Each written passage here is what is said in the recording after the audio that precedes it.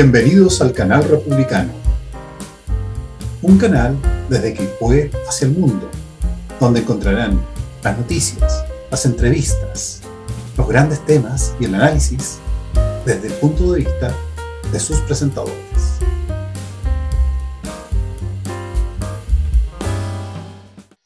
Buenos días, buenas tardes y buenas noches a nuestro Rincón Republicano. Los saludamos, como siempre, desde el hermoso Quilpué, la ciudad del sol, ¿cierto? Junto con Enrique y nuestros dos grandes invitados hoy día que nos han accedido a darnos una visión de lo que está pasando actualmente en Ucrania. ¿Ya? Los vamos a presentar. Ellos son don Roberto Weber, ¿cierto? Ex capitán de fragata, si no me equivoco, y magíster en ciencias políticas. También ha trabajado, se ha desempeñado como analista en la parte estratégica. Ahí nos vamos a aumentar un poquito. Y por el otro lado tenemos a don Mario Larenas, ¿cierto?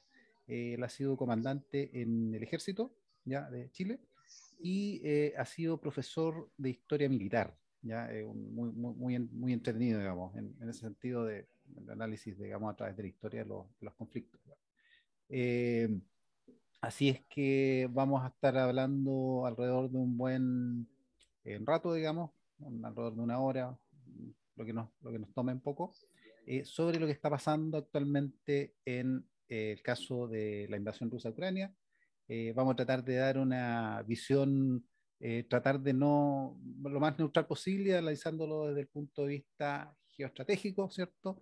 Y también desde el punto de vista táctico, operacional, más o menos qué es lo que está pasando, es decir, cuáles podrían ser el desarrollo, la evolución del conflicto que ya lleva 10 días. Que en el fondo ya esto estaba alargado de antes, digamos, no es que esto haya sucedido a la noche a la mañana. Y finalmente vamos a hablar también de las implicancias para nuestro país, de esto, en varios sentidos, digamos, como parte final. Bien, pues, entonces vamos ahí, tenemos una especie de un set de preguntas ahí elaboradas, el formato que vamos preguntando a una parte y nos vamos pimponeando, digamos, cómo estamos. Don Enrique, ¿cómo está usted? Espero que esté muy bien. Después estoy haciendo también algunas preguntas. Sí, claro, Día sábado. Nos tocó muy el día bien sábado. aquí, Marco. Sí, muy bien. Y bueno, gracias a nuestros invitados. Va a estar entretenida esta conversación. Bien, pues. Hoy voy a partir sin más preámbulos. Y de hecho, lo que estuvimos ahí comentando, nos gustaría partir ahí, ambos, digamos, vamos a partir primero preguntándole a don Roberto Weber, ¿cuál sería el componente geopolítico que explicaría el origen del conflicto? Hay un tema que se entiende, que hay un tema de predominancia, ya sea Occidente versus Rusia, digamos, podríamos decir Oriente, entre comillas, digamos, que podría estarse implicando, o sea, viéndolo bien frío, en el sentido de no necesariamente desde un punto de vista como lo entendemos nosotros en forma occidental, sino que también hay un tema de la otra parte que está invadiendo, en este caso Ucrania, que formó parte de una de las ex repúblicas socialistas soviéticas, la ex URSS, y nos gustaría un poco la opinión ahí, don Roberto, y ahí después seguimos comentando. Ya, mira, bueno, el tema en general, si uno mira en el mapa y toma el mapa completo de Europa y de la Rusia completa hasta el mar del Japón, digamos, incluida la parte asiática, uno va a ver que Ucrania es un punto absolutamente central. Y siempre los extremos van a estar preocupados de lo que pasa en el centro porque es lo que divide, digamos, y separa en todas las cosas de la vida. Siempre, ¿no es cierto?, el centro es el cero y parte en la línea matemática, al menos para un lado, al más para el otro, en las temperaturas, en donde uno quiera, siempre está el centro. Y Ucrania es un punto neurálgico. Ucrania es una nación que surge mucho antes de que exista la nación rusa propiamente tal, antes de la Rusia zarista, mucho antes están los Rus de Kiev, ¿no es cierto? Incluso llevan el nombre de la capital actual de Ucrania, y es como la madre, digamos, de toda lo que se va originando posteriormente. Ahora, toda esta área, y Europa en general, pero de la parte del continente europeo y euroasiático, ha estado influenciado a lo largo del tiempo por una serie de diferentes imperios que han ido surgiendo. Por el lado asiático, ¿no es cierto?, los mongoles, la dinastía china, las invasiones japonesas.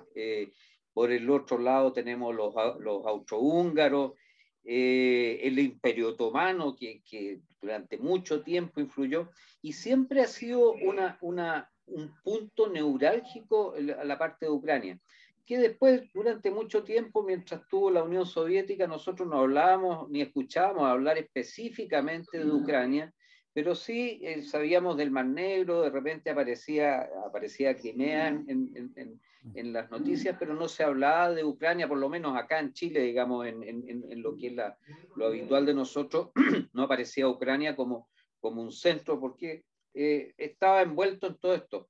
Pero sí, si uno le pone atención a la historia, vamos a ver que Ucrania ha sido siempre un punto, digamos, importante y que ha llamado la atención de todos estos movimientos imperiales de conquistas, reconquistas, derrotas que han afectado.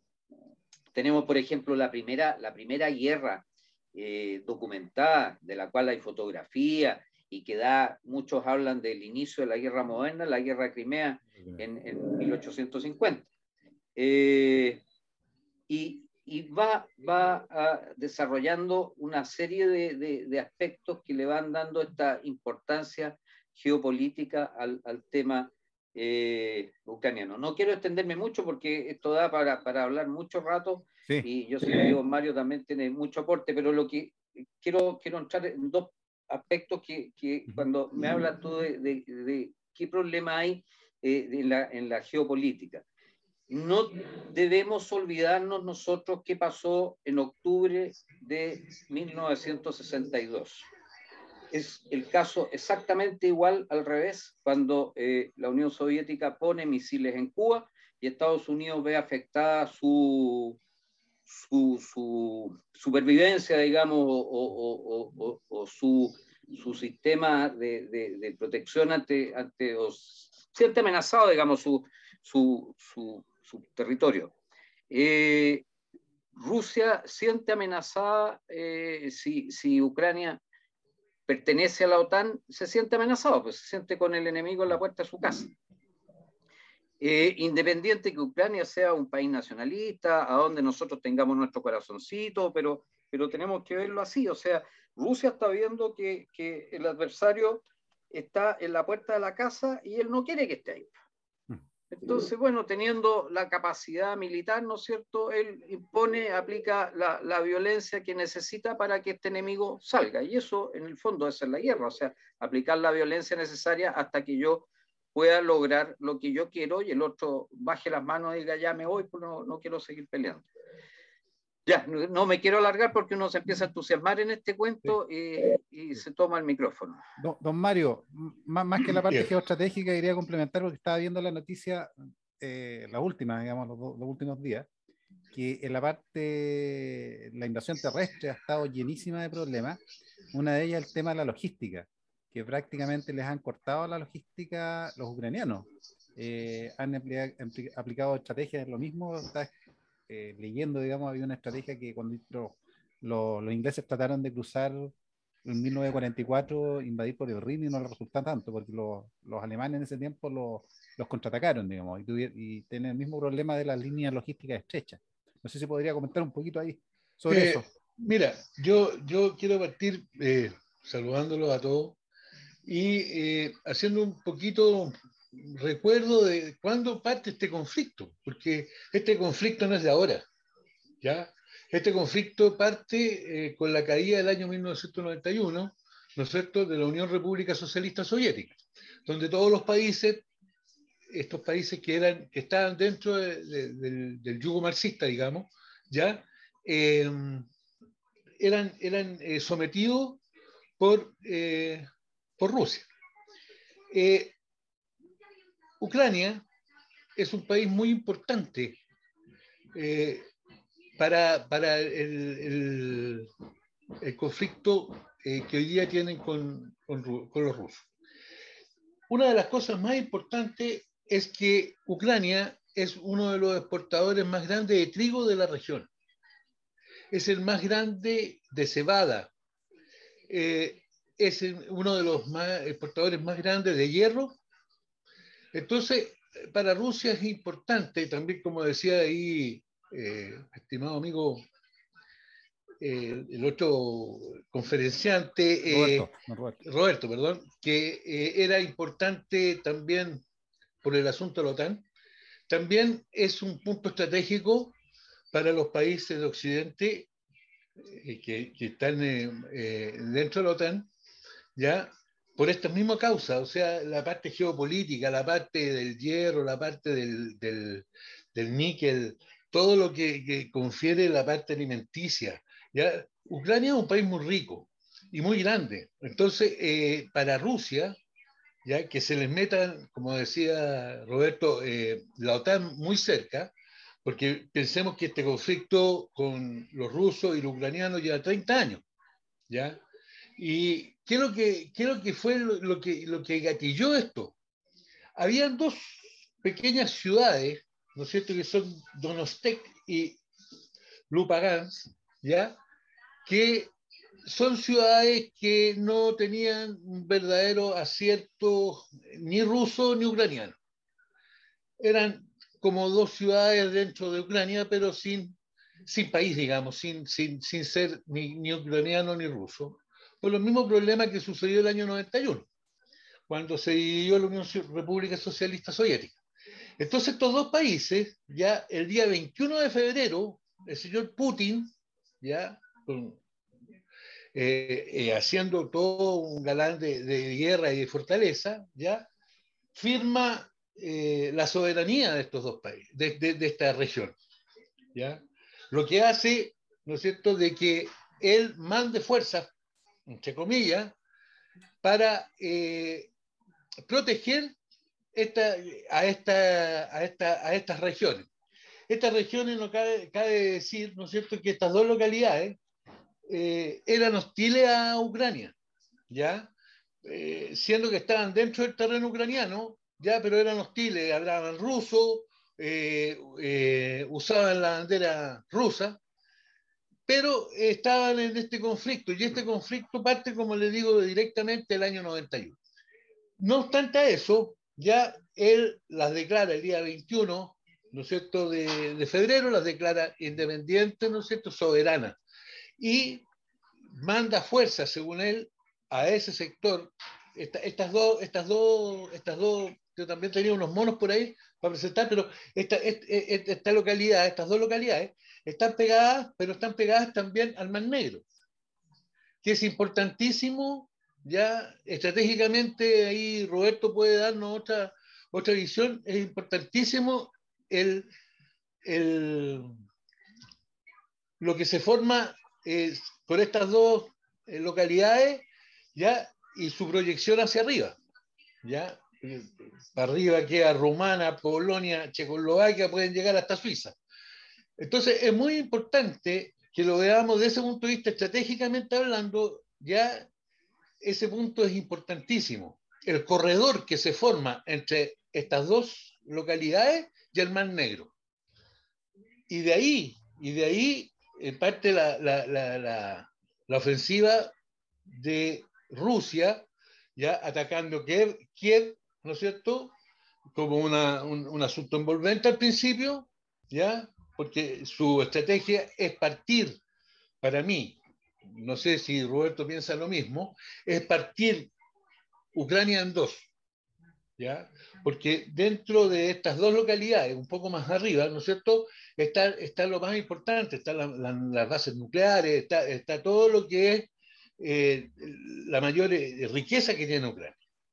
Por ese lado. Por el otro lado, ya la pregunta que me hacías tú sobre la logística, ¿ya? La actual. La logística rusa ha fallado porque ya se ha demorado demasiado. O sea, Putin pensó que esto iba a ser corto, no pensó que los ucranianos iban a tener tanta resistencia. En atención a que las trayectorias son largas, Ucrania en varias oportunidades ha cortado las líneas de logística de los rusos y eso es lo que no ha permitido que avancen. Al mismo tiempo tienen otro punto en contra de que están hoy día mismo estaba viendo yo en televisión, ya que salen ucranianos, ¿no es cierto?, de civil, gente de civil, a tirar bombas molotov y hacer muy complicado el avance ruso. Es más, o sea, hay muchos detenidos, muchos muertos rusos, y eso también lo está perjudicando a Putin. A Putin le está perjudicando el que él podría haber hecho un golpe de mano, ¿ya? El golpe de mano significa un ataque frontal, porque esto para mí no es una guerra, sino que es una invasión, ¿ya? Porque aquí Ucrania no partió luchando con los rusos, sino que a Ucrania fue atacada. Entonces, eso es una invasión. Y los periodistas chilenos y todos los periodistas de muchas partes del mundo que son de ideas más radicales, más de izquierda, ¿no es cierto?, dicen que es una guerra. Aquí no ha habido guerra, aquí no hay una declaración de guerra de Ucrania hacia Rusia. ¿Ya? Aquí hay una sola declaración de guerra de Rusia a Ucrania y invasión, como fue la invasión de Polonia, como fue la invasión de Checoslovaquia, son invasiones. Ese es mi punto de vista. Okay. Gracias. Hacer un comentario antes de pasar a hablar, digamos, a la opinión de don Roberto en la parte de los accesos. Estaba viendo en el The Economist, ahora en el artículo de recién hoy día, estaba bien interesante porque decía de este tema de las líneas logísticas que estaban, de hecho venía un convoy, digamos, que estaba a 25 kilómetros, digamos, y estaba muy atascado, digamos.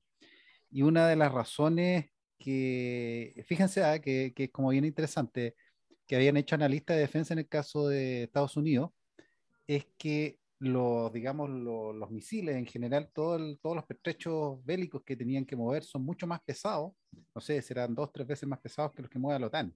Generalmente son sistemas mucho más ágiles, digamos, mucho más livianos de generar y eso requiere una logística mucho mayor, digamos.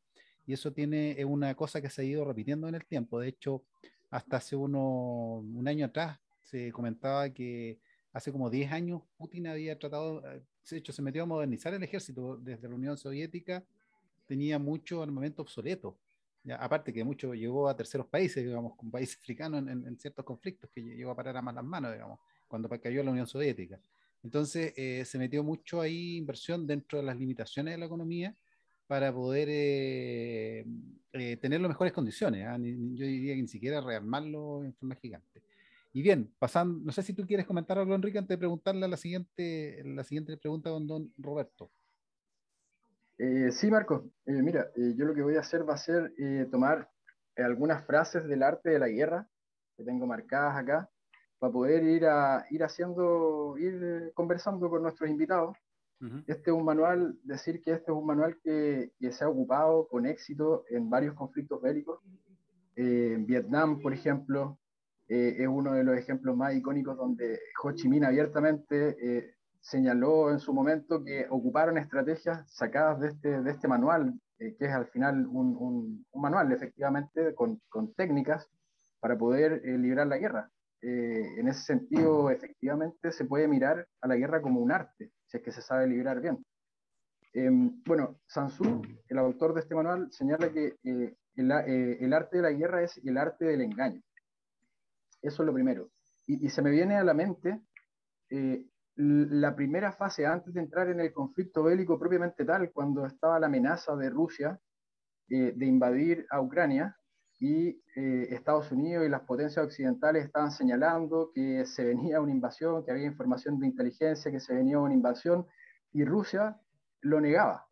De hecho, hasta Estados Unidos señaló una fecha puntual en el cual se iba a ocurrir eventualmente la invasión, cosa que no pasó, y los rusos se burlaron digamos, de esa situación, de que las potencias occidentales le hayan puesto una fecha que al final no ocurrió. Una de las frases que señala este manual es esta, la siguiente: si los emisarios del enemigo pronuncian palabras humildes, mientras que éste incrementa sus preparativos de guerra, esto quiere decir que va a avanzar. Cuando se pronuncian palabras altisonantes y se avanza ostentosamente, es señal de que el enemigo se va a retirar. Recuerdo esto porque si uno se toma esta frase y uno ve lo que hizo Rusia, que al final estuvo diciendo todo el tiempo que no, que ellos no iban a atacar, que no estaba dentro de sus planes de atacar, que era una locura de Occidente, que estaban desvariando casi, y después posteriormente efectivamente atacaron. Eso se puede digamos, se puede relacionar con que el arte de la guerra sería el arte del engaño, y eso me parece que han habido señales claras que se pueden tomar desde este libro que han estado pasando en este conflicto. Yo no sé qué opina don Roberto, don Mario. Sí, sí, es que le íbamos a pasar a don Roberto. Yo, le voy a preguntar eso, y el otro tema que yo conversé con él hace unos 2 días, que fue súper interesante el tema de que Rusia, a pesar de ser tan grande, no tiene el acceso marítimo como nosotros pensamos. Don Roberto. Ya, bueno, Enrique, el arte de la guerra de Sun Tzu ha sido manual, libro de cabecera de muchos grandes estrategas, incluso el mismo von Clausewitz también hace mención de él, que es el gran pensador del arte de la guerra occidental, ¿no es cierto? De hecho, se dice que Sun Tzu no es un general chino, sino que es la recopilación de mucho tiempo de lo que dijeron los generales. Tengo como 5 libros de Sun Tzu referidos a lo mismo, pero aplicados a la industria, a la vida en la casa, al matrimonio. Mira, han habido miles porque realmente es muy certero, es muy claro, habla siempre de el uso de la inteligencia en la guerra, el uso de las diferentes técnicas, digamos, que se pueden ocupar y que trascienden en el tiempo. O sea, en el tiempo de Sun Tzu no habían misiles, pero sí mandaban, ¿no es cierto?, las palomas encendidas ahí que volaran y regresaran a sus bases y le quemaran los graneros. En fin, tiene una serie de aspectos que son bien interesantes, que hay que ir tomando, y es materia que se estudia yo creo que en todas las academias del mundo, las academias militares del mundo, como una buena idea, digamos, que puede aportar tanto en la parte previa al conflicto, durante el conflicto, y después para el análisis de este mismo, cuando se hace, ¿no es cierto?, el debriefing después de ver qué es lo que pasó, por qué pasó, cómo pasó y qué es lo que va a venir después, porque el conflicto uno cree que termina cuando se firma la paz, y los conflictos, tenemos el ejemplo de la Primera Guerra Mundial, que se dijo que era la última de la más grande de las guerras, y antes de 30 años estaba de nuevo menos 20 años, estábamos de nuevo en un conflicto casi o mayor, digamos, que el anterior. Volviendo al tema de los accesos, si yo te hablaba, hay un concepto que yo no conocía, y indagando precisamente acá, una cosa que le llaman los puertos de aguas tibias o aguas calientes. ¿A qué se refieren estos? Son los puertos que no se congelan nunca. Nosotros no tenemos ese problema, ¿no es cierto?, porque ni Punta Arenas ni Puerto William se congela.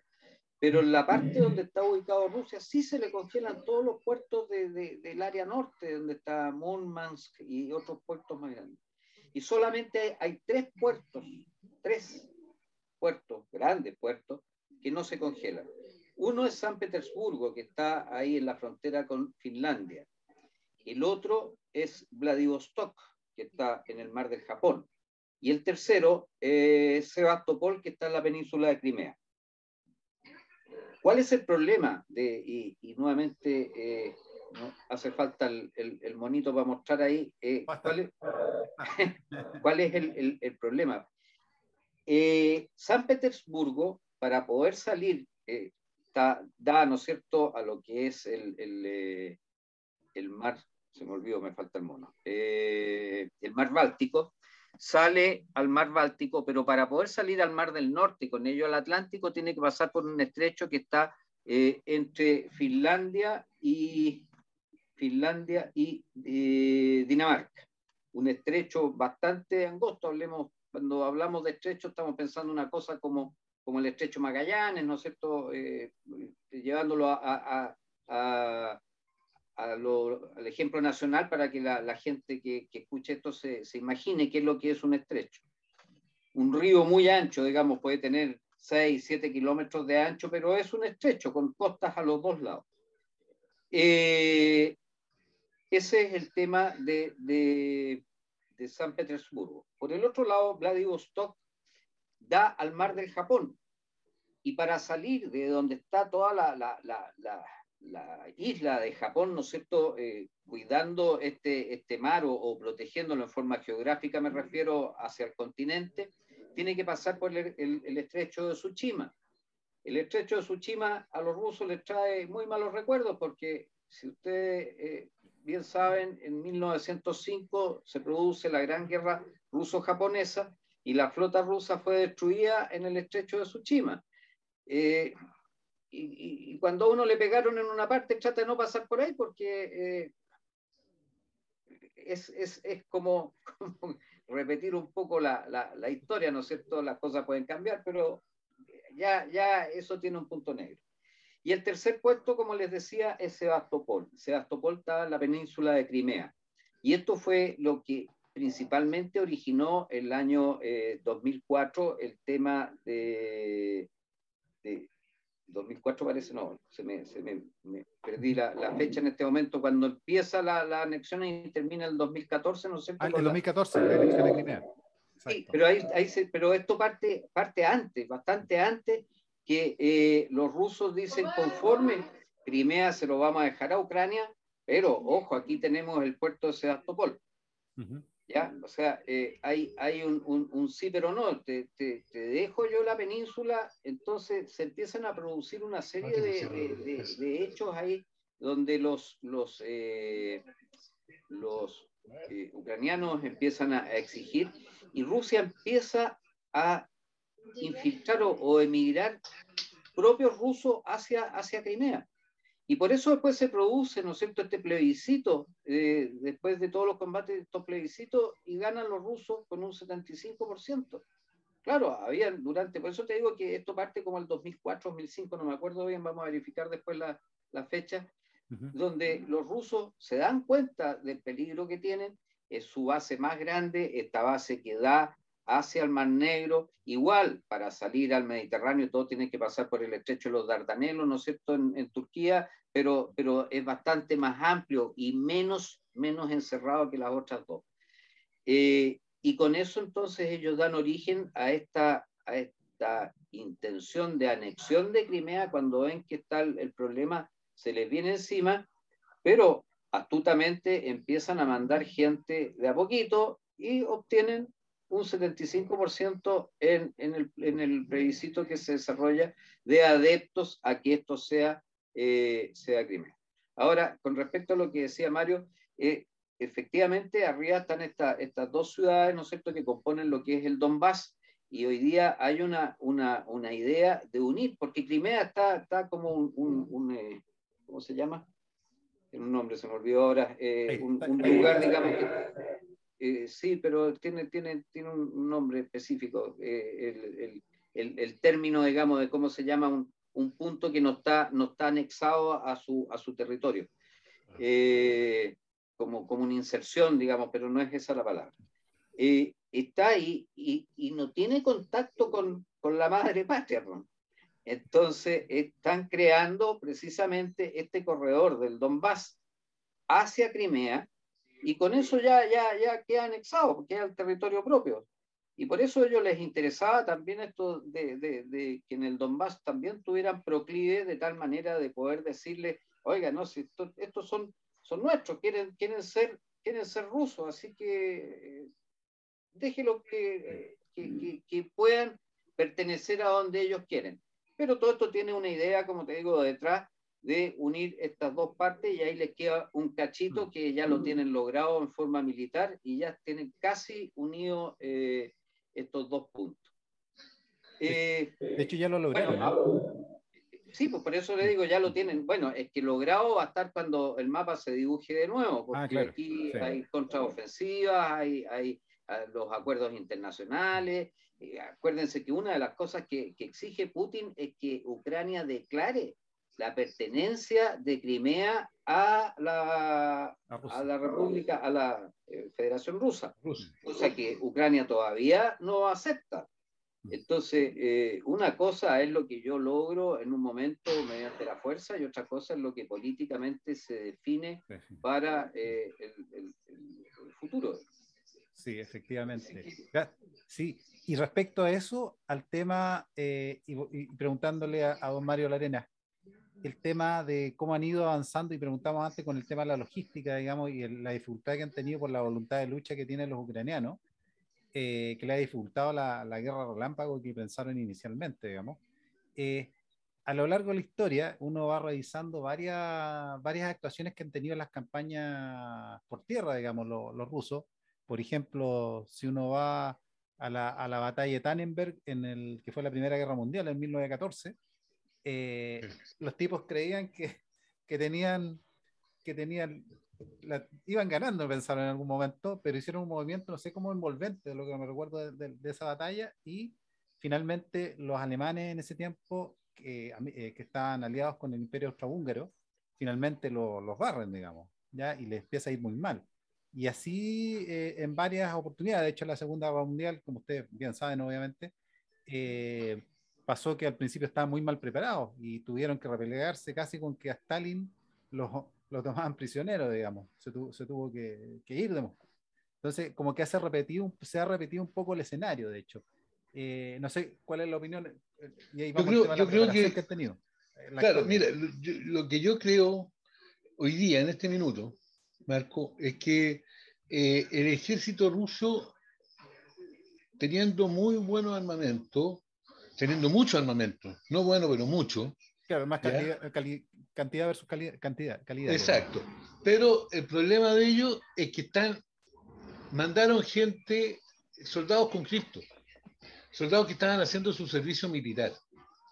Y ni siquiera estaban preparados. Los ucranianos vienen preparándose desde hace mucho tiempo ya para esta invasión. Vienen preparando a su gente, vienen incluso se veía en televisión cuando se preparaban con unos fusiles de palo. Entonces, es un ejército más preparado, aunque ustedes no lo crean, ya el de Ucrania en este minuto, el ejército, digamos, como ejército, el ejército de Ucrania está mejor preparado que el ruso. ¿Por qué? Por estas cosas. Ucrania viene ya meses y meses preparando su gente, y los rusos mandaron gente con servicio militar engañada, porque toda la gente y todas las declaraciones de los soldados rusos que han sido apresados por fuerzas ucranianas dicen que ellos fueron sorprendidos, que ellos los mandaron, pero que ellos creían que estaban en un ejercicio. Entonces, Putin, en cierta forma, mandó a su ejército engañado, ¿ya? Entonces, esto ha traído muchas cosas, ha traído que haya muchos soldados rusos que se estén hoy día entregando, ¿ya? Hoy día desertando. Por otro lado, la OTAN, una información que nos llega a todos los militares de repente por las páginas sociales, en fin, decía que tenían un 20% en este minuto de deserción.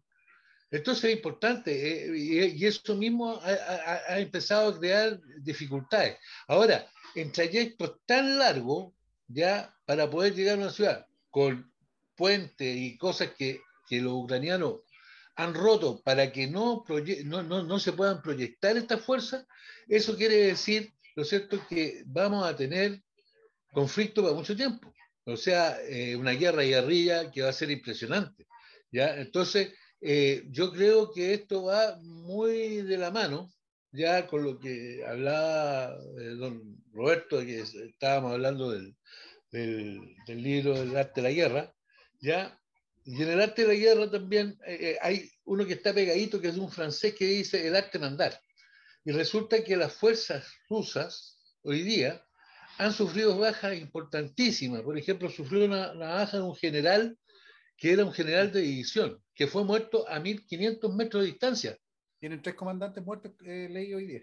Sí. Claro, pero este general era el jefe de las fuerzas. Entonces, eso va debilitando el accionar ruso. Y de hecho, hoy día dice Putin que durante el fin de semana van a conversar, ¿no es cierto?, nuevamente, porque yo creo que se le está poniendo difícil, se le está poniendo cuesta arriba, y sobre todo en un terreno tan grande, tan largo, las distancias que tiene que cumplir de una ciudad a otra, que verdaderamente, para por ejemplo, estar a Kiev, le ha costado cualquier cantidad y no van a entrar tan fácil, ¿ya? Y después viene una guerra de localidades, o sea, que es tan grande, ¿ya? Que va a empezar un combate de localidades que van a haber muchas bajas. Entonces, yo creo que deberían los rusos, Putin, tratar de buscar una salida hoy día.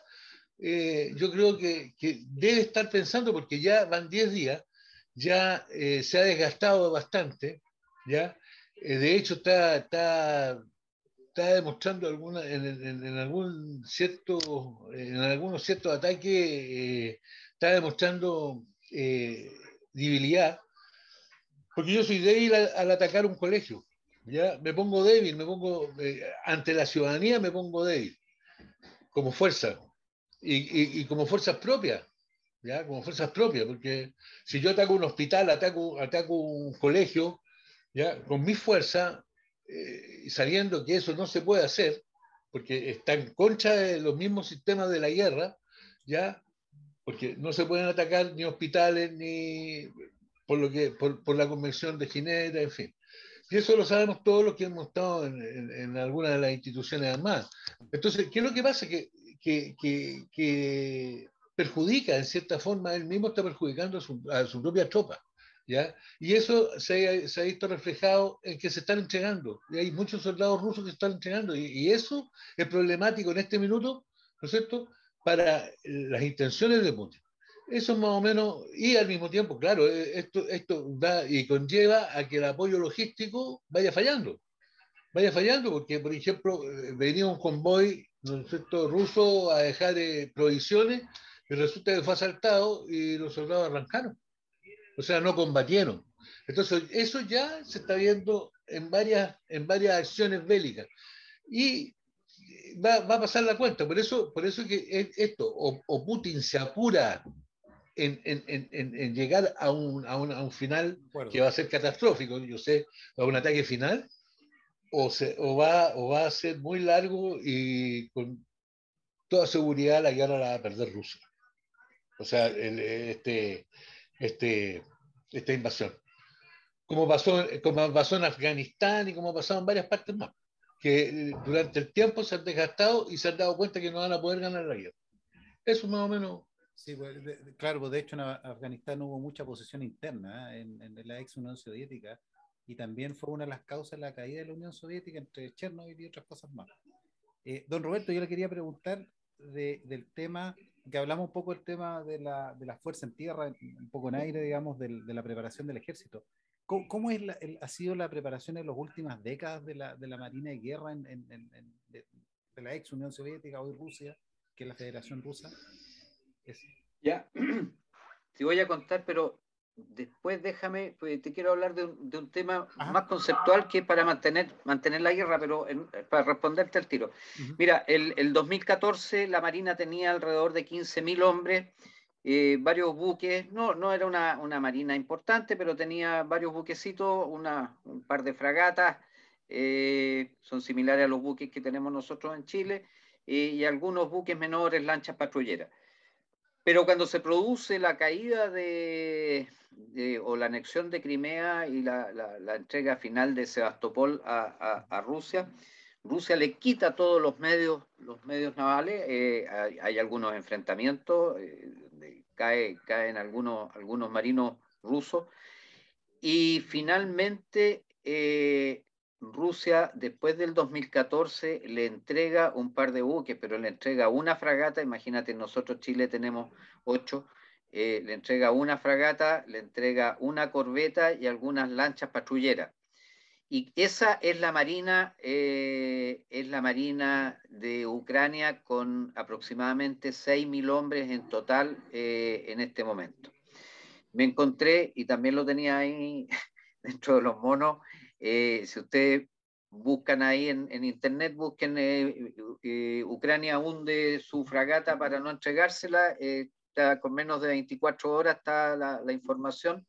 Ellos hundieron su buque, el buque que tenían más o menos importante, para que no cayera en manos de los rusos. De todas maneras, era un buque que los rusos se lo habían entregado a ellos y no es un buque nuevo, digamos.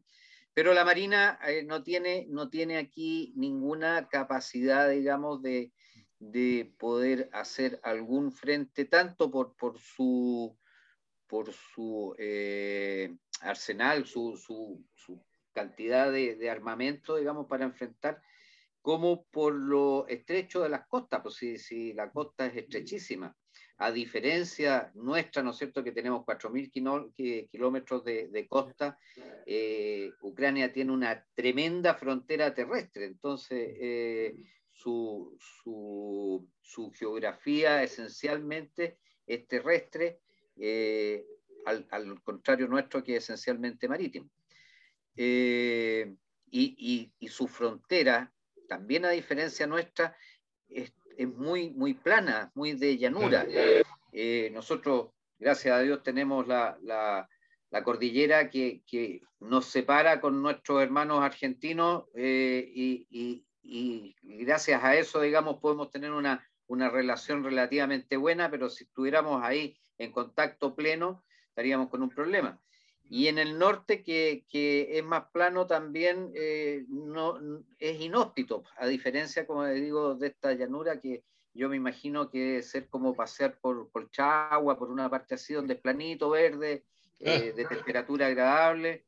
Entonces es difícil delimitar ese tipo de frontera. Esa es la parte de lo que te puedo hablar de la Marina. Yo soy anfibio, así que me muevo en tierra o en el mar igual, pues, como infante marina ataco en los dos lados. Oye, lo que yo te quería decir, hay un tema conceptual siempre de la guerra, que es bueno, digamos, y aprovechar estas instancias para que la gente que nos vea entienda un poquito más. Porque uno siempre ve la guerra como dos militares que se enfrentan, y el militar es el instrumento de la política. Así es. Es como el arma que yo tengo, ¿no es cierto? Cuando salgo a la calle y me salen a asaltar, yo uso esa arma. Pero no es el arma en sí, no es el militar el que amanece un día y se le va a ir a pegar al militar del otro lado. Y los países, los estados tienen cuatro campos de acción. 4, y a uno le enseñan, ¿no es cierto?, en las academias, que esta es una mesa y que tiene que tener 4 patitas, y cuando se le corta una patita, la mesa queda coja, pues si se le cae, cortan 2, ya no hay sustento.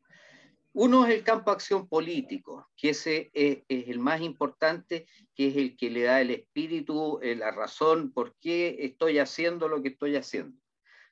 Otro campo de acción es el campo de acción diplomático, que es como yo le traspaso, ¿no es cierto?, la información, lo que yo quiero, y me relaciono con los otros estados.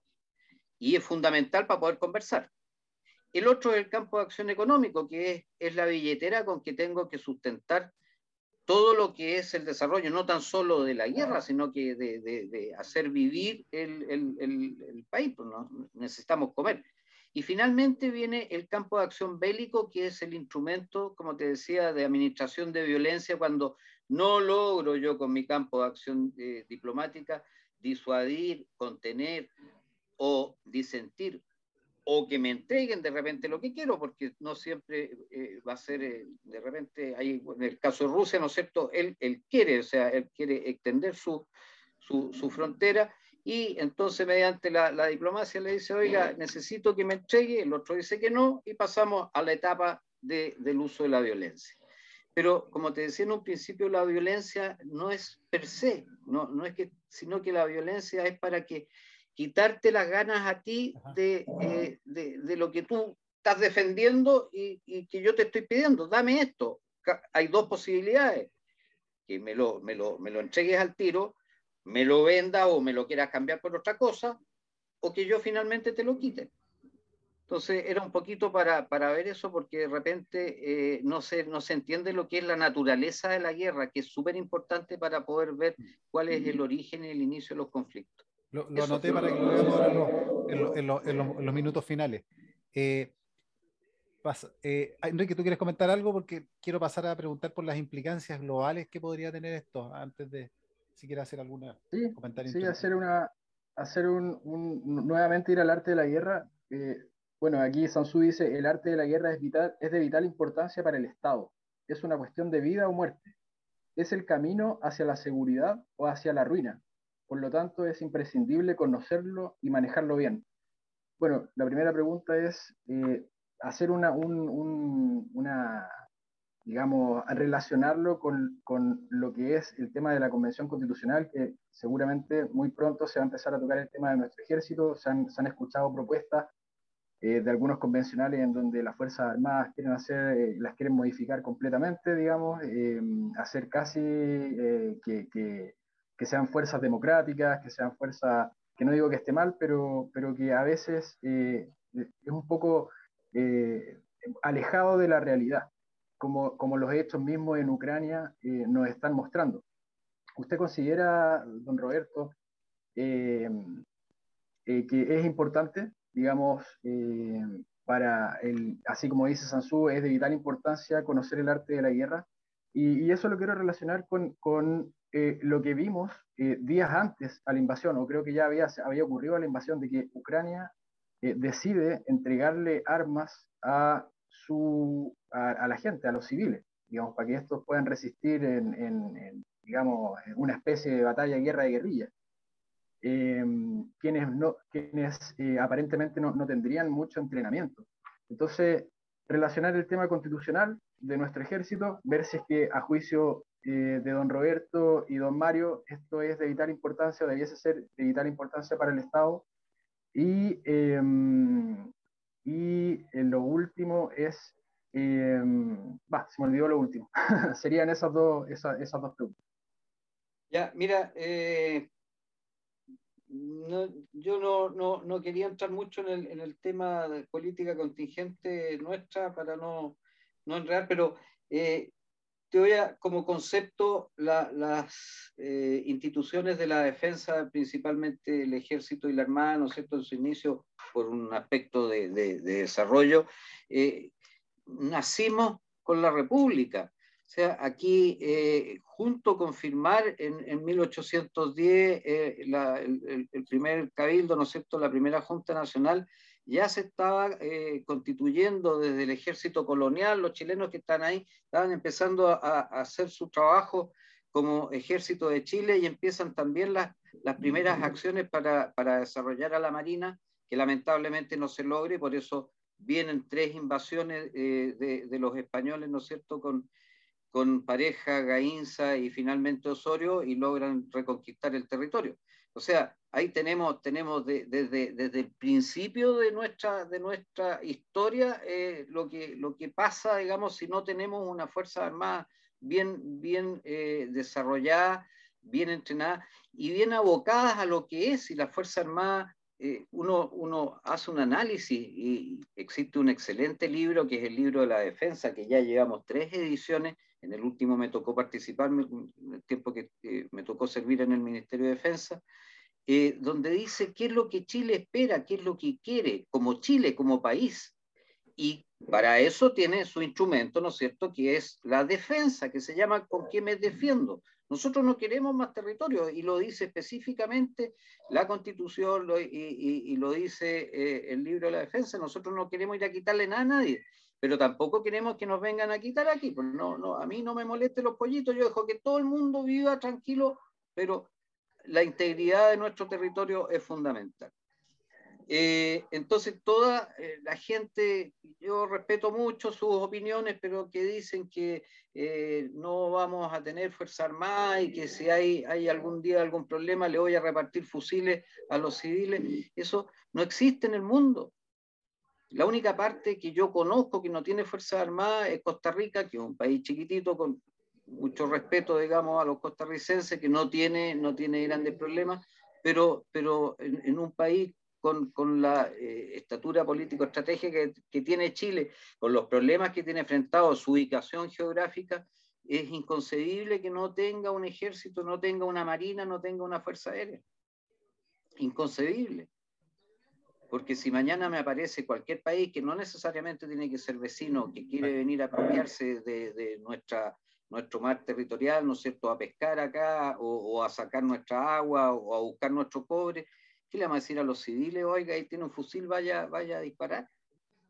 No, son cosas que de repente yo no sé en qué mundo viven ciertas personas, por eso te digo, no quería, porque empieza a cambiar el tono del asunto. Pues, no es grato ver que haya gente que no haga un análisis, lo que significa un análisis, o sea, la historia, la situación actual, qué es lo que puede venir en la perspectiva. Yo me imagino si Ucrania no hubiese tenido un ejército bien formado, como decía Mario, ¿qué es lo que habría pasado? Ya los rusos estarían ocupando todo y estarían todos cantando la canción nacional y su bandera tricolor rusa. Entonces, es necesario, y lo más importante es que no pelean la guerra. Si esa es la gracia, evitarle la guerra al país. Y esa es una de las funciones de las Fuerzas Armadas, que es la disuasión. Y para yo disuadir, cuando yo te digo, oye, no te metas conmigo porque soy cinturón negro, ya, esa es disuasión. No voy a ir a probar si realmente pega o no pega, sino que el solo hecho de decirle, yo tengo esta capacidad, digamos, no te metas conmigo, y estoy evitando el conflicto. Y el mejor empleo de las Fuerzas Armadas es evitar el conflicto. Sí. ¿Qué era? Porque, como te digo, sale de la guerra este tema, da para otro contingente. Sí, Sí, don Roberto, Marco, dime. dame un segundo solamente para terminar, porque me acordé de lo que quería preguntar. Dale. En ese sentido, don Mario, don Roberto, quien quiera tomar la palabra, ¿ustedes estiman que, como nosotros no tenemos milicias, digamos, no tenemos una segunda enmienda como en Estados Unidos, en línea para estar mejor, digamos, preparados para un eventual, ¿cómo se llama?, conflicto bélico, ¿usted cree que el servicio militar debiese ser obligatorio? Y lo segundo, le aprovecho a hacer las dos preguntas al tiro, para quien quiera tomar la palabra. ¿Ustedes ven que Latinoamérica esté jugando algún papel geopolítico dentro de toda esta maraña, digamos, de conflictos, y en especial este conflicto que estamos viendo actualmente? ¿Ustedes visualizan en un horizonte, digamos, mediano o largo plazo, algún tipo de conflicto aquí en nuestra región, digamos, un conflicto mayor? Mario. Para terminar, te dejo al tiro a Mario. Mira, el tema del servicio militar obligatorio o no obligatorio no afecta. Hoy día, en forma voluntaria, hasta donde yo sé, se están llenando los cupos, las vacantes, la cantidad de gente que se requiere. Y esa es nuestra milicia, o sea, esta no es segunda enmienda. Nosotros en la reserva con instrucciones, donde tenemos nuestra fuerza. O sea, no son civiles que nunca han estado, y la reserva, a mí me tocó, ¿no es cierto?, el tema de la crisis del año 78, y teníamos una tremenda reserva, y la gente iba voluntariamente a los cuarteles donde había servido, y decía, oiga, vengo a buscar mi ropita y mi fusil, ¿y a dónde me mandan? Lo tenemos. Entonces, esto no es como salir con un cajón aquí a la esquina y decirle a los civiles, tomen. Se muestra así en la televisión, porque así vende. Yo no sé cómo es el sistema de reserva ucraniana. Los rusos, los suizos y los israelíes tienen sistemas similares. Todo el mundo está entrenado andan con sus fusiles ahí de paisa, van al supermercado a comprar, ¿no es cierto?, con su fusil colgado y es parte de su vida. Bueno, nosotros tenemos una gran reserva instruida y preparada y que se entrena cada cierto tiempo, está organizada y se entrena, y tiene varios llamados en el año, ¿no es cierto?, donde se mantienen al día. En cuanto a los conflictos pueden aparecer en cualquier momento. Nosotros ya vimos el tema, ¿no es cierto?, de repente que surgió con Perú, después el tema de Bolivia hace menos tiempo, cuando van presentando, se presentan, ¿cómo se llama?, estas diferendos ante los tribunales internacionales. Basta que haya un problema, ¿no es cierto?, que capturemos un pesquero que está pescando acá en el límite y uno de los comandantes de cualquiera de los lados reaccione mal y dispara y se prende la mecha. Por eso es que es importante lo que les digo, estar preparados, tener esta disuasión y el frente, súper importante, el campo de acción diplomático. Mario, no Sí, lo dejaba hablar nada. yo le quería preguntar a Mario con eso, ¿cuál podría ser la repercusión global? ¿Podemos ir hacia un camino hacia una tercera guerra mundial o una conflagración más amplia? ¿Se podría afectar China ahí? Eh, no creo que lleguemos a una tercera guerra mundial, ¿ya? Porque los aspectos tanto económicos de los países juegan hoy día una importancia fundamental para sostener una guerra. La verdad es que las guerras modernas son muy cortas, ¿ya? Si vemos la Segunda Guerra Mundial fueron 4 o 5 años, ¿ah? Y se vieron involucrados una cantidad de países importantísimos. Entonces no vamos a ir, incluso nosotros estuvimos a punto de partir a la Segunda Guerra Mundial. Eh, no estoy de acuerdo con que vayamos a tener una guerra mundial. Sí, podemos tener una guerra nuclear, y ahí sí que es más peligroso, ya, porque estoy viendo que se está tomando con mucha ligereza ya lo que pasó en Ucrania con respecto a las explosiones que hubieron en la planta esta de nuclear, ¿ya? Y nadie ha tomado en serio los desastres que puede producir eso. No obstante, lo que yo quería apoyar a Roberto era que nosotros, como Fuerzas Armadas, ¿ya? Somos un país que estamos dentro de 4 países. O sea, tenemos fronteras con 3 países más. Al tener frontera con 3 países más, haber ganado en 2 oportunidades a 2 países unidos, ¿ya? Y haberles ganado la guerra, ¿ya? Con grandes sacrificios y con grandes pérdidas, porque no olvidemos que la Segunda Guerra Mundial, ¿no es cierto?, prácticamente Chile perdió toda la Patagonia, ¿ya? Porque se la tomó Argentina. Y no teníamos las fuerzas necesarias, las fuerzas venían muy cansadas de la guerra, para poder ir a combatir en el sur, en otro campo de acción. ¿Ya? Los teatros de operaciones, ahora lo otro que les quería decir, que nosotros, los países tienen teatros de operaciones. ¿No es cierto? Está el teatro de operaciones del norte, teatro de operaciones centro, teatro de operaciones del sur y teatro de operaciones austral. Nosotros, los teatros de operaciones son todos diferentes. El problema que tiene Chile. ¿Ya? No obstante, Perú y Bolivia tienen un solo campo de operaciones, un teatro de operaciones, máximo 2 teatros de operaciones. Nosotros tenemos 4. Entonces, tenemos que tener una fuerza armada preparada, ¿ya? Tenemos que tener fuerzas armadas preparadas en montaña, ¿ya? Ucrania, como estábamos viendo, estamos haciendo la comparación, Ucrania es un país, como decía Roberto, parejo, liso, o sea, no hay cordillera. Acá nosotros encontramos con una cordillera, ¿no es cierto?, que lo divide, ¿ya? Es una barrera natural importante, pero al mismo tiempo, ¿no es cierto?, necesita una preparación, ¿ya? No es llegar y subir una persona a la cordillera, ¿ya? Entonces, es complejo. Ahora, la Dirección Nacional de Movilización Nacional, ¿ya?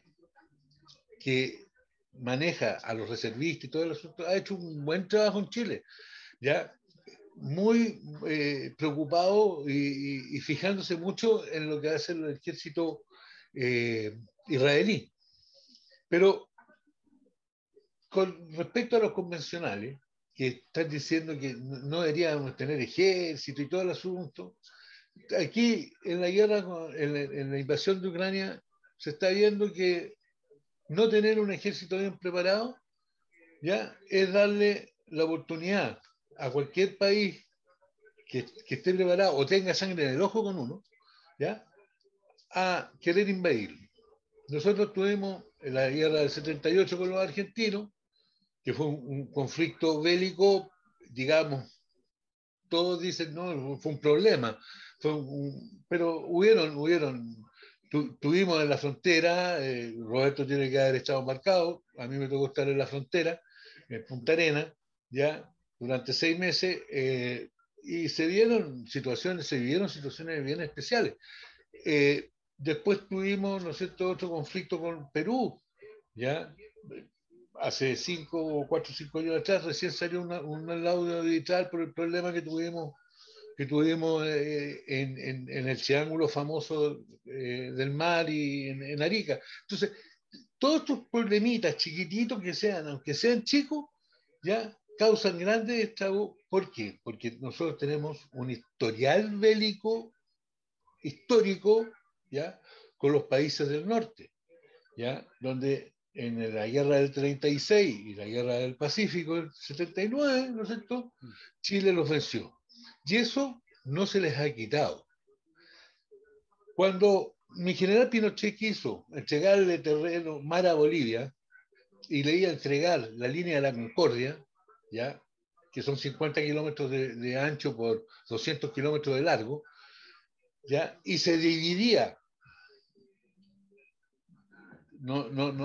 quedábamos en frontera al norte con Bolivia, ¿ya?, y Bolivia nos entregaba parte del lago Titicaca, ¿ya? Los peruanos no quisieron, porque los peruanos aún quieren reconquistar lo que perdieron en la guerra del Pacífico, ¿ya?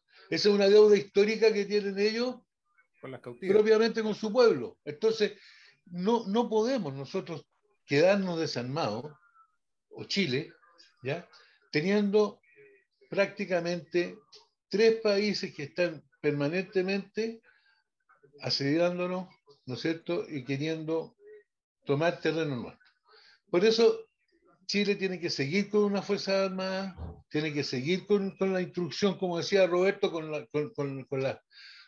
los cupos que se están pidiendo en estos momentos, es suficiente, porque tenemos muy buena reserva anterior, ¿ya? Y esa reserva anterior hace que podamos ser un ejército en potencia.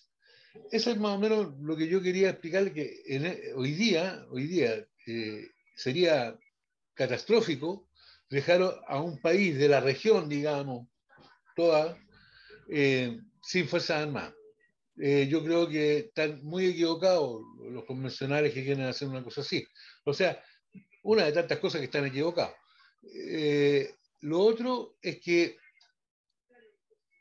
podemos evidenciar hoy día, ¿ya?, en la macro zona sur, ¿ya?, que hay vínculos terroristas, pero también está muy metido en esto Argentina, ¿ya? Los mapuches pasan por los pasos fronterizos de allá para acá y de acá para allá. Y hoy día no se está protegiendo eso. Se está tratando de proteger la ciudadanía, pero no tratando de proteger la gran cantidad de armamento que está ingresando por ese sector. Y todas esas cosas que estoy en este momento figurando y tratando de explicarle es que si nosotros tuviésemos hoy día la autoridad para poder controlar todos esos pasos fronterizos que están en este momento siendo ocupados por los delincuentes, narcotráfico, porque los mapuches son los menos. Son más gente con mucha educación que están ahí, ¿no es cierto?, lucrando y están aprovechándose, ¿no es cierto?, y queriendo, ojo, queriendo. Y yo creo que Roberto va a estar de acuerdo conmigo, siendo infante de Marina, queriendo, con todo lo que está haciendo la constitución, los constitucionales, queriendo hacer un país dentro de otro país. Y eso está gravísimo, pero eso es lo que quieren, eso es lo que están buscando. ¿Ya? Así que eso es preocupante. O sea, hoy día a mí me preocupa esa situación porque se están viendo luces, ¿ya? Tanto en la Convención Constitucional como en el terreno, ¿ya? Que quieren, ¿no es cierto?, dejar al país un país dentro de otro país. Y eso sería gravísimo, ¿ya? Es un problema muy grave que se nos avecina a nosotros si no tomamos medidas. Eso es lo que quería decir, porque está preocupante eso. Nosotros estamos preocupando por Ucrania hoy día, pero hoy día tenemos un problema terrible, terrible para mi concepto, en Chile, que es, quieren hacer, la izquierda quiere hacer un país dentro de otro país. Y eso no lo podemos aceptar, bajo ningún punto de vista. Eso es una idea Bueno, que... para ir cerrando, estamos en los minutos finales. Solamente voy a hacer un comentario y ahí vamos a ir con alguna pregunta de Enrique a don Roberto Weber y ahí cerramos.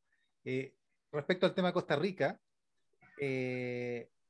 no es tan, bueno, hay un tema ahí interesante porque claro, ellos abolieron el ejército, no sé si será el único país, pero la verdad es que sus fuerzas policiales son muy militarizadas. Tienen pertrechos que dentro de los vecinos que tienen eh, son incluso de más bajo nivel en términos bélicos, digamos, incluso de preparación. Tienen, de hecho, jeeps artillados y tienen unos aviones muy parecidos a los Super Tucano o los C-101, que tienen incluso tienen capacidad para llevar bombas. Entonces, no es tan. Es como para la galería, nomás que se deshicieron de las Fuerzas Armadas, digamos. Entonces, queda un poco como eso. Entonces, es importante tener también el tema de una fuerza, digamos, porque si no la tienes, además de que te puedes ver objeto de un ataque de otro país por tus recursos, en el fondo, si no lo haces, pasas a ser un país títere, porque te tiene que proteger otro país. Entonces, todos tus dictados de política en el fondo exterior, todas tus actuaciones de política van a estar dictadas por otra potencia, podríamos decir. Y yendo al tema de los conceptos, haciendo en relación con el tema de Chile, que los ejes de los campos de acción político, diplomático, militar y económico, si no me equivoco, como lo comentaba don Roberto, yo creo que en la parte militar y en la parte económica, sobre todo en las últimas décadas, hemos andado bien, relativamente bien hasta hace 2 o 3 años atrás en lo político, podríamos decir, pero donde empezamos a cojear y yo veo harta cojera que ha sido bien complicada en la parte diplomática.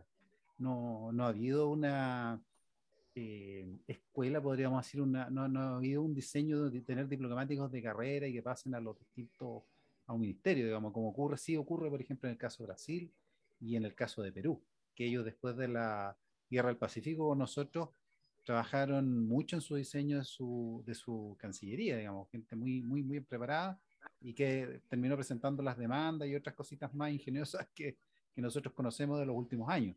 Entonces, esa es una parte, yo creo que ha fallado en términos de la diplomacia en el caso chileno.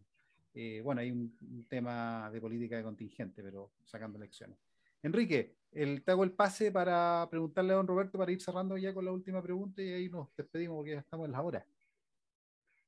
Sí, bueno, es una pregunta que tiene un doble sentido, pensando en lo que estamos viendo en Ucrania y también se puede relacionar a Chile propiamente tal.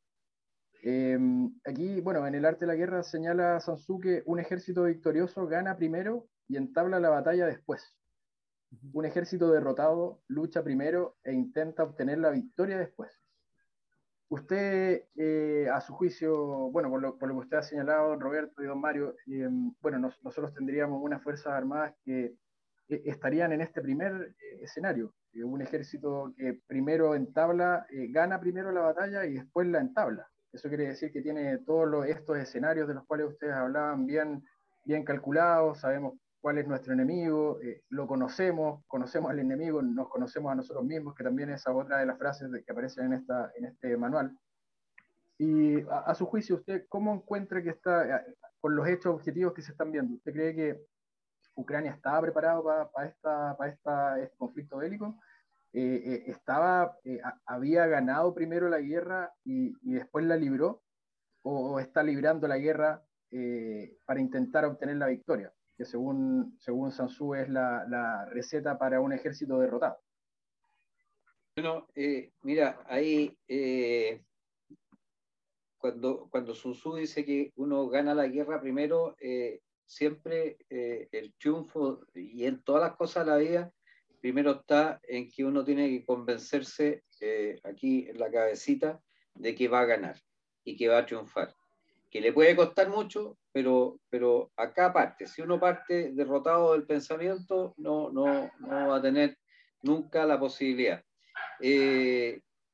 Sun Tzu dice, ¿no es cierto?, mientras más te conoces al enemigo y te conoces, por cada batalla vas a obtener una derrota. Si te conoces a ti pero no conoces al enemigo, por cada batalla una vez vas a tener una derrota y una victoria, y si no te conoces ni a ti ni al enemigo, siempre serás derrotado. Y es eso mismo, o sea, es conocerse, tener uno esa capacidad y fortaleza de decir, sí, estoy preparado para ganar. Y por eso es que es necesario ese entrenamiento y esa mantención de ese espíritu todos los días para uno levantarse y decir, hoy día voy a ganar. Y no voy a prepararme mañana o pasado porque puede ser tarde. Porque si me voy a preparar pasado, puede que mañana me ataque el enemigo y ya llegué tarde al entrenamiento. Entonces eso es fundamental. No podemos decir vamos a renovar el material en 50 años más, porque no, las cosas hay que renovarse, hay que entrenarse, hay que mejorar lo que uno tiene a diario, y pensando siempre que nosotros teníamos un dicho en el batallón de Infantería Marina, por ahí por los 80, decía, la guerra es ahora y con los medios que tenemos. O sea, no en vez de decir, escucha, espero que me lleguen nuevos lanzacohetes, espero que me compren un saco de dormir más calentito, no. Hoy día con esto tengo que prepararme. Y con esto tengo que prepararme a tal forma de que estoy seguro que voy a ir a vencer. Y eso es lo que les ha dado la victoria, porque si bien es una... Hay que analizarlo, digamos, qué es lo que digamos, a lo mejor los rusos están ganando terreno, pero ¿quién está ganando en la mentalidad, en el mundo y todo? Para mí son los ucranianos con su concepto, con su presidente de la República que decía, no, oiga, sea un comediante y todo, pero el hombrecito se pasea, ¿no es cierto?, con su tenía, llama, motiva a su pueblo y está todo. Y en cambio los rusos, yo vi ayer o anteayer, un ruso que incluso le preguntaron el número de teléfono de la familia y lo comunicaron con la familia y se le caían las lágrimas tomando un té, tiritando, porque como bien decía Mario, lo sacaron a un ejercicio a la frontera y de ahí siguieron en la penetración al norte. No tenían idea a qué iban, dónde iban, y no tienen una motivación. Yo no sé, alguien de alguna parte de Rusia, donde sea, que está peleando y viendo que están muriendo sus camaradas y él matando ucranianos, se debe preguntar, pero ¿para qué estoy aquí? ¿Qué tiene que ver esto con mi patria? En cambio, el ucraniano al otro lado, el gallo está defendiendo, pues está en posición, digamos, me van a quitar mi casa, me van a matar a mi familia. Entonces son dos situaciones, pero súper relevantes. Entonces, yo creo que Ucrania primero ganó la guerra porque se prepararon las calles, ¿no es cierto? Armaron estos caballos de frisa que aquí le dicen en la tele Miguelitos gigantes, pero el nombre técnico es caballo de frisa. Y empezaron a armar una serie a preparar el terreno, a preparar su defensa. no se quedaron sentados esperando que la OTAN, la ONU, la señora no sé cuánto, el caballero no sé quién, le sacara a los rusos encima, ¿no? Ellos se prepararon y, como decía Mario, con fusiles de madera y todos se entrenaron mientras no tenían las armas necesarias. Y ese es el espíritu, y eso es lo que finalmente da la victoria. ¿Por qué ganaron los afganos a Rusia primero, a Estados Unidos después? ¿Cómo ganaron los vietnamitas a Estados Unidos? Con una diferencia. Ahí tenemos una diferencia, ¿no es cierto?, súper importante en lo que es capacidad bélica, armamento, economía, tecnología, y ganaron. Así que veamos qué es lo que pasa. Todo el mundo apuesta por Rusia, dice que finalmente el desgaste, yo creo que no está tan claro, que no está tan claro. Las líneas de logística, todo lo que tienen que mantener de líneas logísticas son terrestres y son larguísimas. Tuviesen, y lo que veíamos, cuando en el caso nuestro, ¿no es cierto?, donde podemos llevar por buque, porque un petrolero que lleva petróleo, combustible, o un carguero que lleva alimentos por mar, lleva mucho más volúmenes que mandar una convoy de 50 o 60 camiones, que además son susceptibles, ahí van 50 o 60 motores que pueden fallar, van 50 o 60 choferes que se pueden quedar dormidos. Hay varias no anécdotas, sino que historias de la Segunda Guerra Mundial de las tropas alemanas tratando de mandar y se les quedan dormidos los choferes y se ha volcado un camión y queda el bloqueo para atrás. Por eso es que a Rusia no le va a ser fácil. Yo creo que Putin se metió en un cuento, no conoció bien a su enemigo. No conoció bien a su enemigo, él pensó, y por eso está amenazando, como bien decía Mario, con el tema nuclear, porque es la herramienta que le queda. Está amenazando, lo que te decía, yo amenazo primero, trato de disuadir. Compadre, le voy a poner una bomba atómica en su territorio. Entonces el otro dice, se asusta y dice, no, ¿sabe que no? Ahora, si está bien preparado, mande la bomba atómica, para ver cómo le va. Así es. Y ahí vamos a estar con un problema, porque ahí sí que yo creo que el resto a lo mejor no se va a quedar tranquilo. El resto del mundo, digamos. Bueno, para ir cerrando, solamente comentarios finales. Yendo lo de Sun Tzu que tú comentabas, Enrique, haciéndolo para ir cerrando con todo lo que hemos ido comentando. Sun Tzu cuando hablaba, cierto, de ganar, es ganar la guerra antes de declararla, digamos, en el fondo tener la seguridad que va a haber una victoria, digamos. Efectivamente, que es lo que también ahí debió haber hecho Rusia, digamos, tener la seguridad que iba a poder ganar, digamos, en este caso, y parece que no estuvo tan segura en el final. Y una cosa muy importante es Sun Tzu, en general, desaconseja ir a la guerra, en general, porque en el fondo lo que es derrotar a un enemigo no es necesariamente una derrota militar, sino en el fondo lo que se busca es quebrantar su voluntad de lucha, ya que esa es por eso es que se aconseja la parte física, la violencia como tal. Uno ve la parte, lo que es más visible, pero no es necesariamente eso. Y obviamente lo que estamos comentando acá no es que nos guste la guerra, digamos, sino que queremos hacer un análisis en el sentido, digamos, de cómo nos afecta en nuestras vidas, digamos, porque si bien el tener un buen ejército, además, es tener en el fondo un seguro, ¿ya? Tener una fuerza armada, tener un seguro que no vamos a tener, ojalá nunca, que emplearlo. No en vano surgen conflictos bélicos cuando una de las partes, hay una teoría de vectores, yo me acuerdo de haberlo visto, cuando uno de los dos fuerzas es más débil, se puede producir un conflicto porque la otra es más fuerte y se ve tentada a aprovecharse de los recursos de la otra parte. Entonces es un tema muy importante y es una realidad. Desafortunadamente es una realidad y después podemos explorarlo en otros programas, a lo mejor ser lo más entretenido, que en el fondo la guerra, digamos, la violencia no es privativa del ser humano. Si uno hace un análisis más ya un poco más biológico en términos de especies, también lo hacen otras especies, otras especies animales, incluso las plantas, digamos. Es bien interesante que no es un mecanismo privativo del ser humano. Ahí también en otra especie es una realidad. Bien, pues, yo creo que llegamos hasta aquí. Les voy a agradecer, no se vayan cuando voy a cortar la transmisión.